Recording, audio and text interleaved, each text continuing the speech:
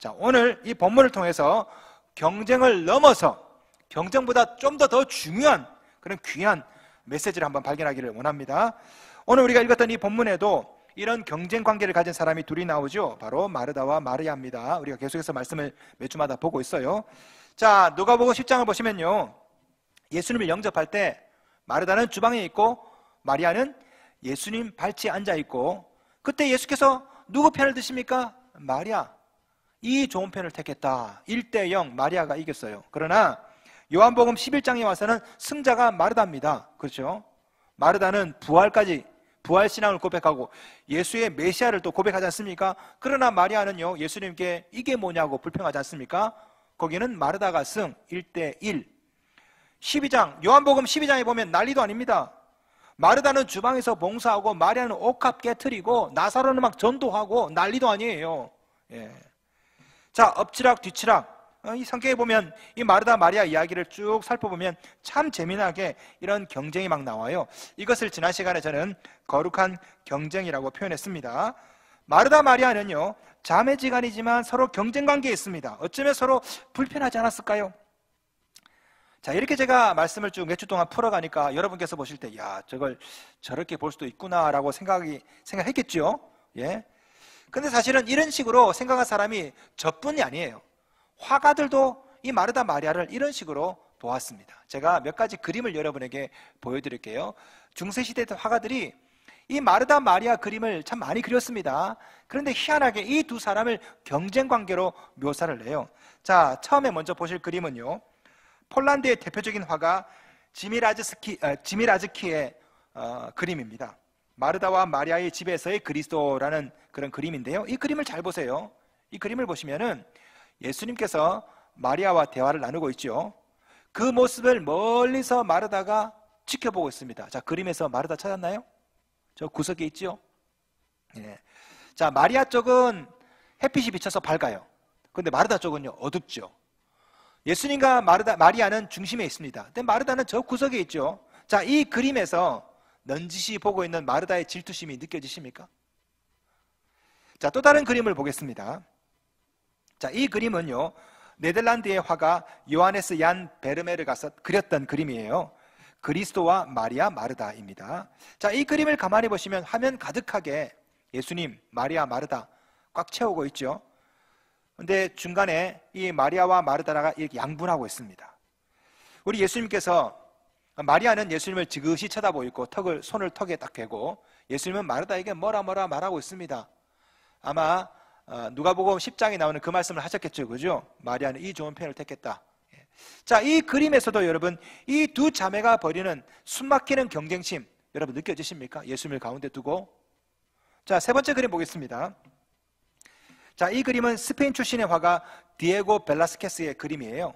자, 이 그림도 가만히 보시면요, 자, 뒤에 있는 노인이 마르다를 다그칩니다. 이 뚱뚱한 사람이 마르다예요.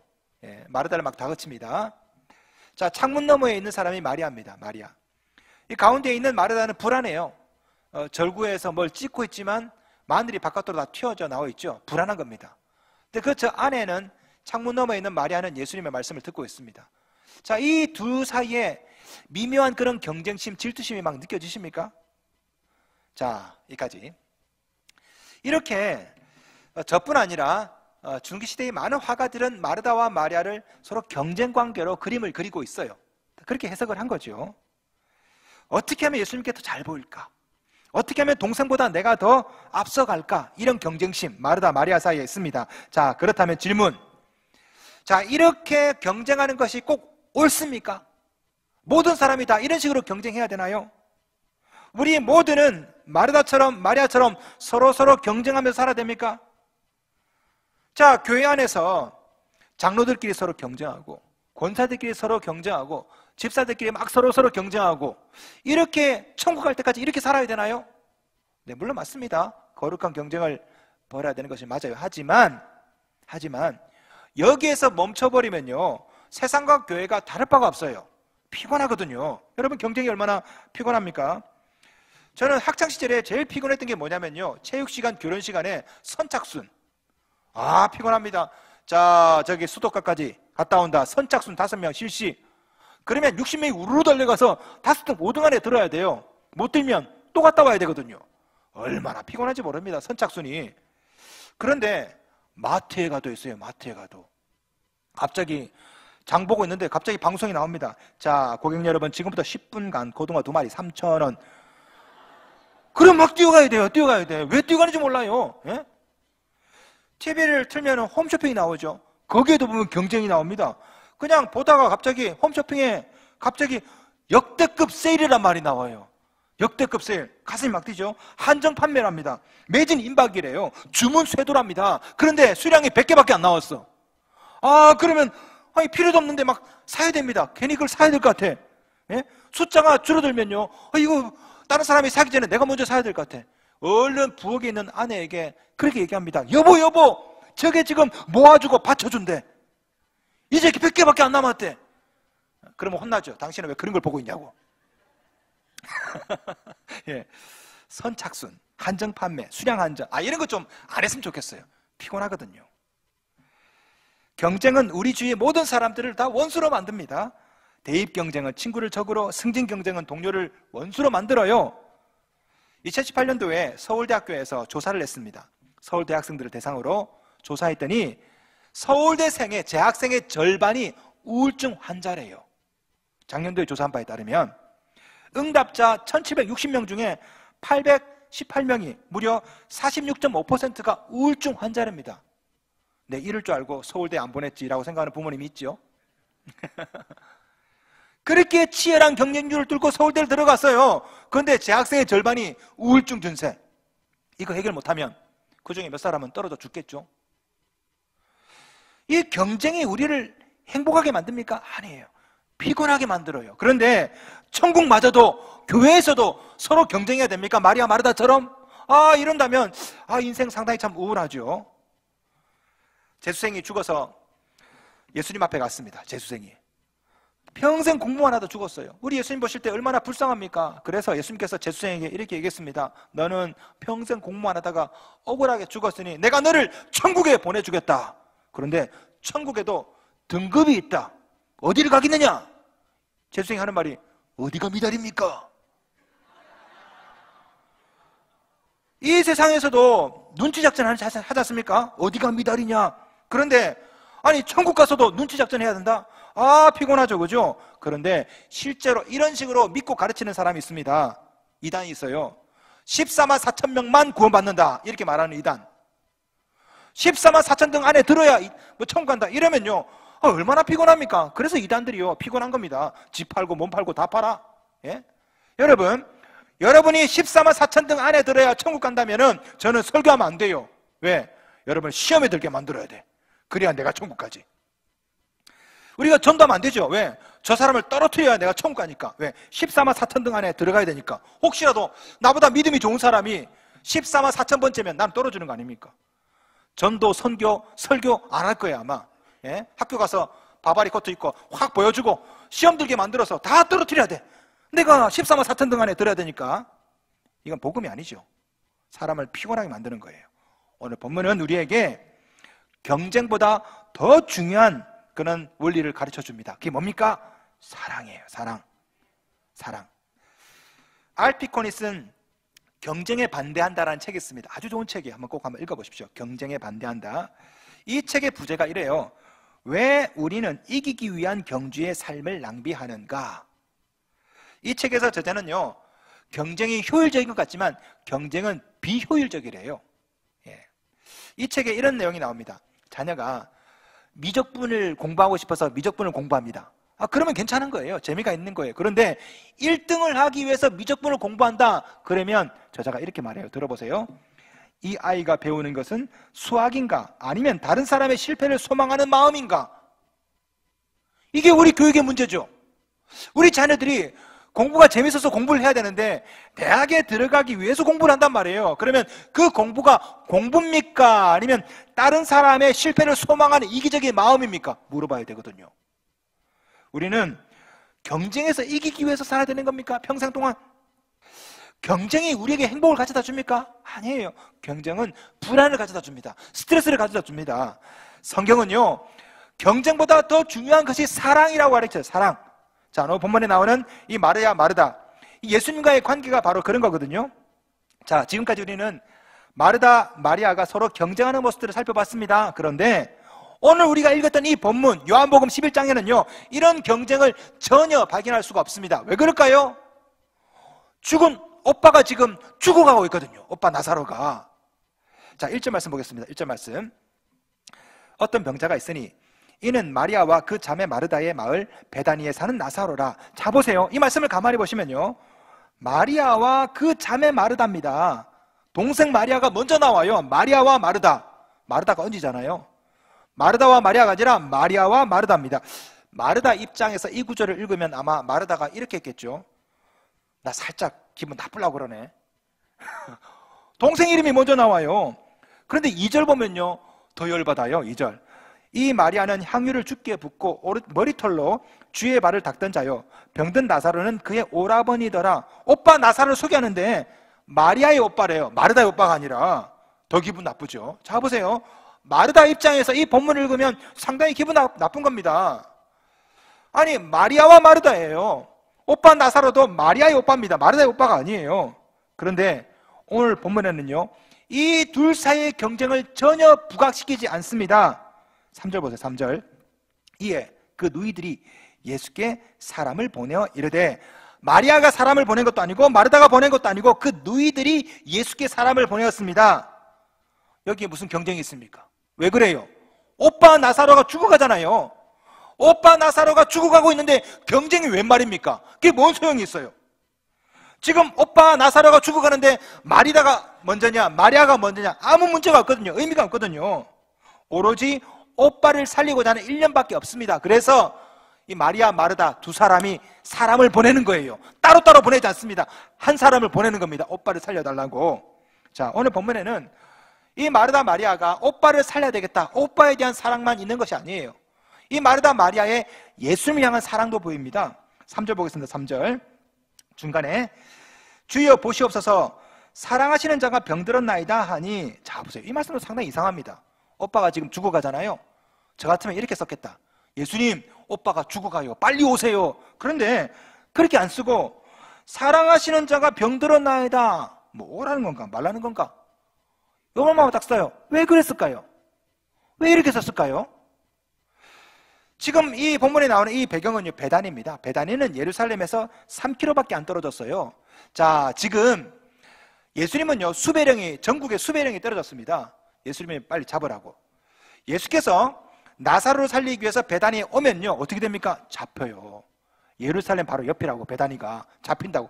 그러니까 마리아 입장에서는요, 예수님이 오셔가지고 우리 오빠 살려주셨으면 좋겠는데 오시면 잡히잖아요. 그러니까 오라 소리를 차마 말 못하고, 예수님 당신이 사랑하시는 자가 병들었습니다. 나사로도 아니야. 사랑하시는 자가 병들었습니다. 이 말만 하는 거예요. 제가 이 말씀을 어느 성도님을 통해서 제가 깨달았습니다. 언젠가 제가 어느 성도님과 전화통화를 했습니다. 근데 그분이 한참 전화통화한 다음에 이분이 저한테 이렇게 말씀하는 거예요. 신방을 해달라는 말을 저한테 차마 못하고, 들어보세요. 목사님, 바쁘실 텐데 오지 마시고 한가할 때 아무 때나 오셔요. 오라는 말입니까? 오지 말라는 말입니까?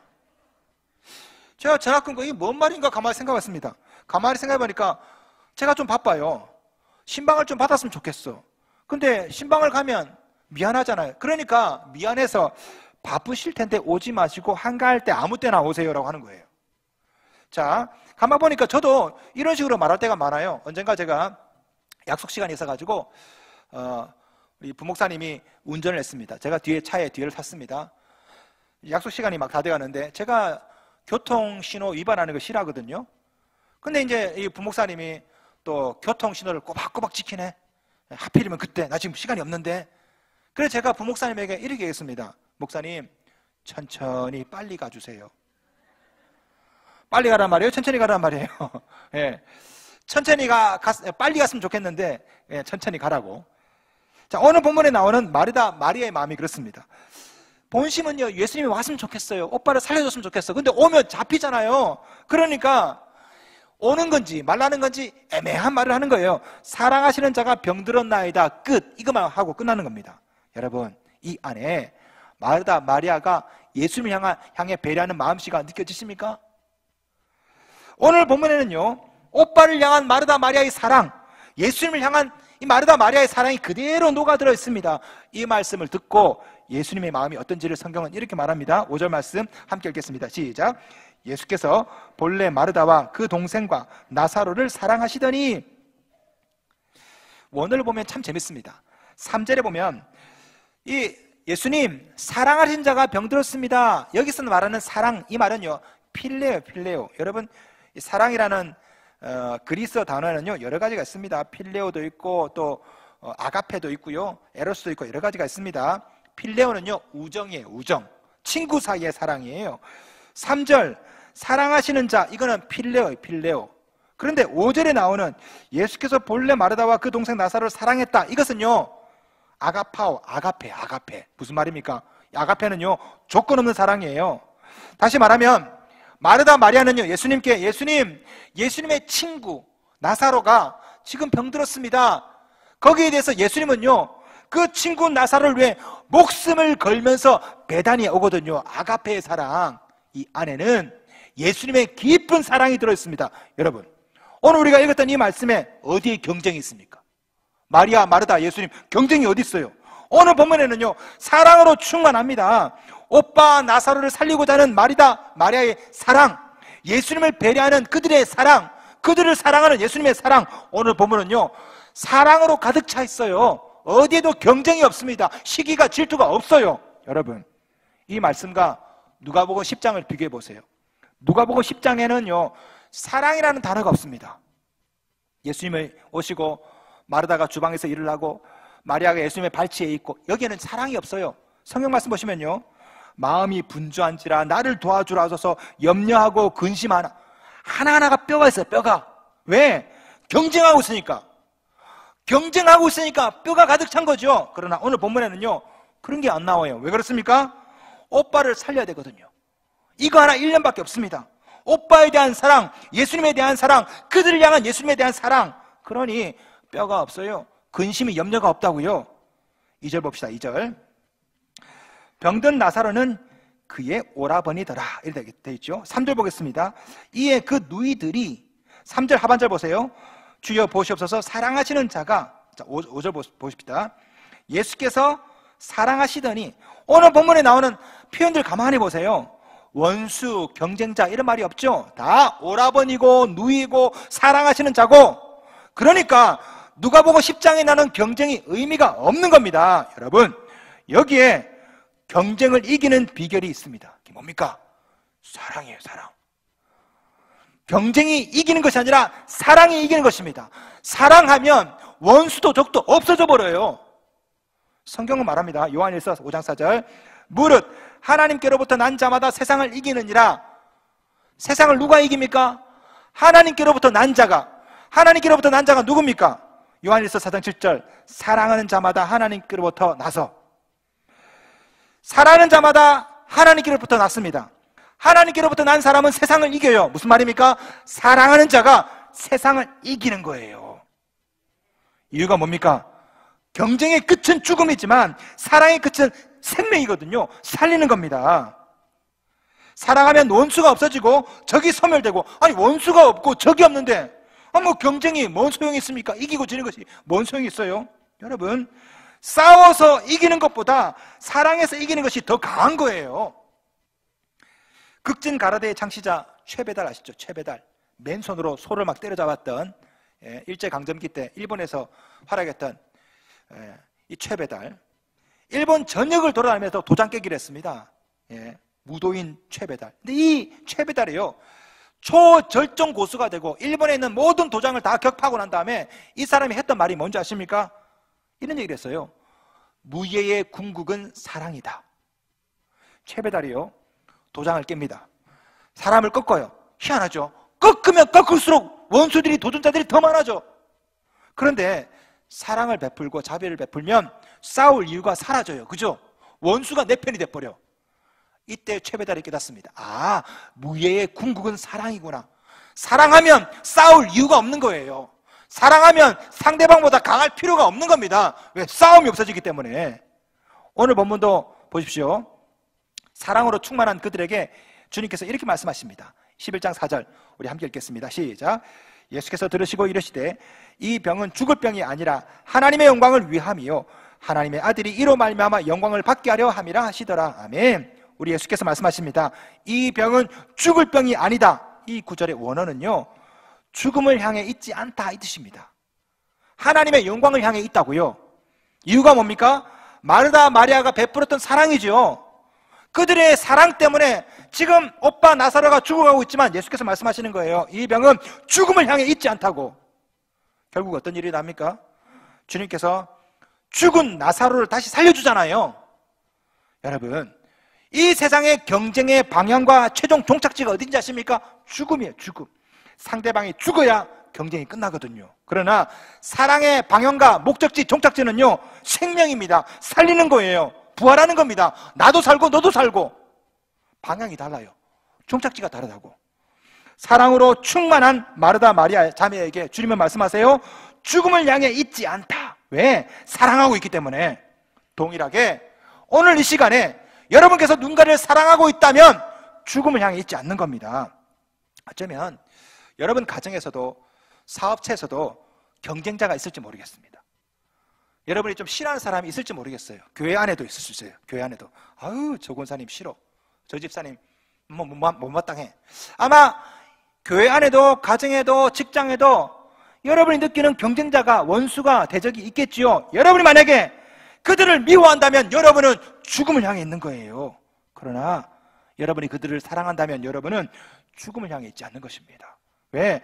사랑의 끝은 생명이고 부활이기 때문에.